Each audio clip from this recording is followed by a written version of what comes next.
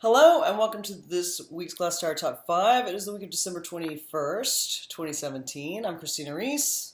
Rainey Knudson. And this is a holiday edition of the Top Five. This isn't strictly a Top Five in order. It is the shows that we think that people might want to see, take their family members to. We've put it into categories. I think this will make more sense once we launch into it. So, For the hipster Americana buff and or family member you might be going out to see some art with, For Hire, Contemporary Sign Painting in America at the Houston Center for Contemporary Craft.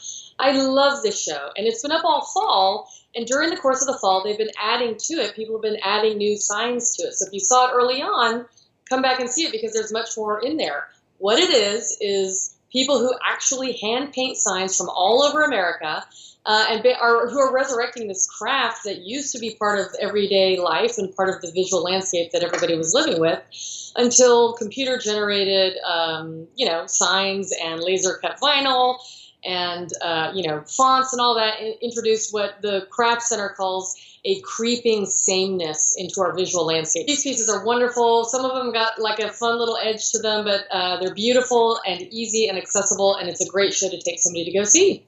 So number 2 this week is for the outdoorsmen, the outdoor people, and painting history buffs and hunters in your family or yourself. It's called Wild Spaces, Open Seasons, Hunting and Fishing in American Art. It is at the Amon Carter Museum of American Art in Fort Worth. You would think that they'd be able to pull this entire show together from their own collection. They did borrow some great masterworks from museums all over the U.S. It is Winslow Homer and Remington and George Bellows and Bierstadt and Eakins and Pope. These are big outdoorsy scenes. I think even if you're not a hunter or fisher person, you can still appreciate these paintings and enjoy them. Yeah, absolutely. There's 60 of them, 60 paintings and some sculpture. This show hasn't been open for very long. And it's a nice way to see all these works brought together under a very fitting roof. So the third pick this week is for your theater and pop culture buffs in your family and your life. It may be you. They're both at the McNay. This is a twofer.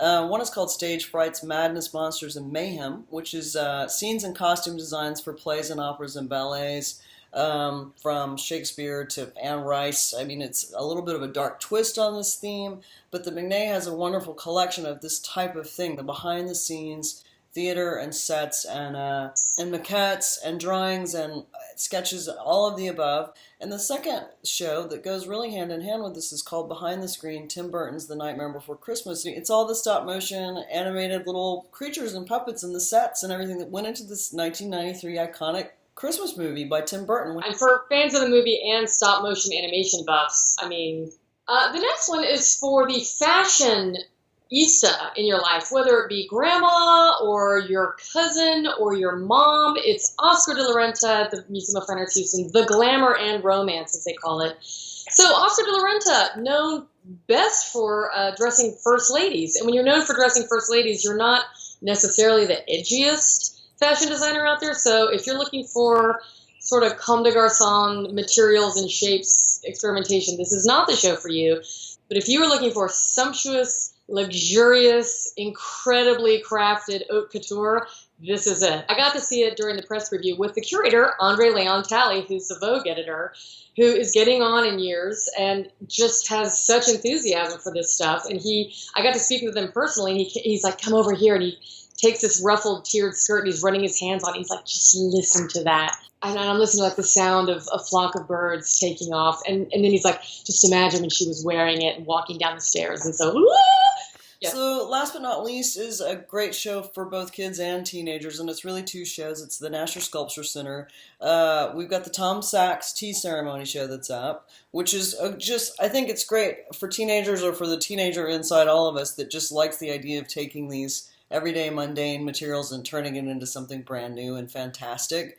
Because that's what it is. It's highly imaginative. It's very geeky. It's incredibly charming.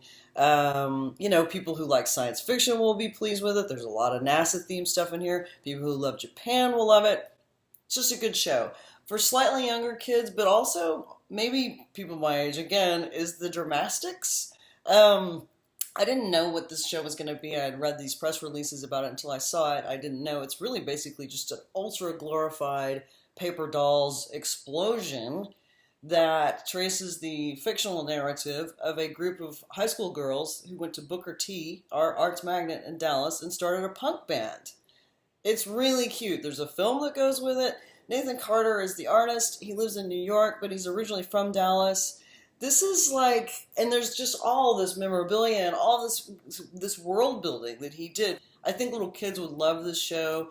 If you're a Gen Xer, you might like it because it's kind of got a real La Tigra L7 feel to it. So we hope you enjoy your holiday week. We hope it's a wonderful one for you. And next week, we will be back with our New Year's resolutions for the art world.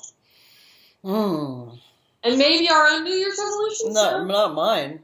I won't be talking about that. But I'd love to hear yours. I love New Year's resolutions. And then I can start taking bets.